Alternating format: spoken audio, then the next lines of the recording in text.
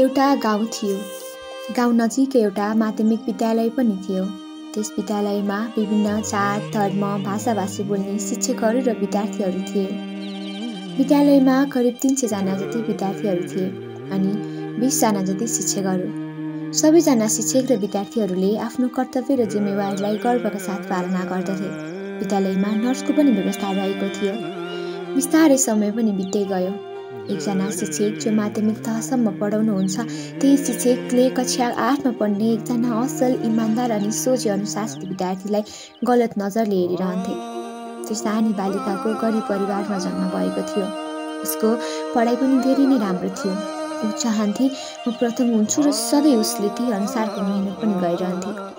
दुःखको कुरा, ऊ कहिले पनि प्रथम हुन सक्दिनथे। सधैँ दोस्रो स्थान मात्र हासिल गर्थे। उसलाई घरमा सबैजनाले प्रथम हुन सकिन भनेर गाली गर्थे।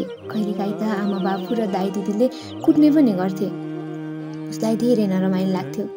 त्यो बालिकालाई उसको कक्षा शिक्षकले मन पराउन थालेको रहेछ। अनि बिस्तारै त्यो शिक्षकले उसलाई म प्रथम बनाउँछु तिमीलाई यो पटक जसरी भए पनि, तर तिमीले मसँगै बसेर पढ्नुपर्छ भन्ने गर्थ्यो। अनि उसले हुन्छ भनी र घरमा कुरा गरेर ऊ आफ्नो शिक्षकसँग बसेर पढ्न थाली। त्यो शिक्षकले उसलाई सधैँ गलत व्यवहार गर्न खोजिरहन्थ्यो। सधैँ उसको शारीरिक अङ्गहरू छुने, समाउने गर्थ्यो। त्यो बालिकालाई एकदम डर लाग्थ्यो। ऊ रुन्थे, कराउँथे, चिच्याउँथे, तर उसलाई बुझिदिने, सुनिदिने कोही पनि हुँदैन। उसले चाहेर पनि आफ्नो आमा, बाबा, साथीहरू कसलाई केही भन्न सक्नथे, किनकि उसलाई जसरी प्रथम हुनु छ, यदि भएन भने घरबाट गाली खान्छु भन्ने चिन्ता थियो। यसमाथि पनि त्यो शिक्षकले कसैलाई भनिस् भने तँलाई झन् प्रथम होइन दोस्रो पनि बनाउँदिन। तेरो मुखबाट केही कुरा निस्क्यो भने म तँलाई मारिदिन्छु भनेर धम्की दिएको थियो। बिस्तारै समय बित्दै गयो। विद्यालयमा वार्षिक परीक्षा सञ्चालन भयो अनि त्यो शिक्षकले बालिकालाई सहयोग गरेको नाटक गरिरहन्थ्यो। ऊमाथि झन् धेरै गलत व्यवहारहरू गर्थ्यो।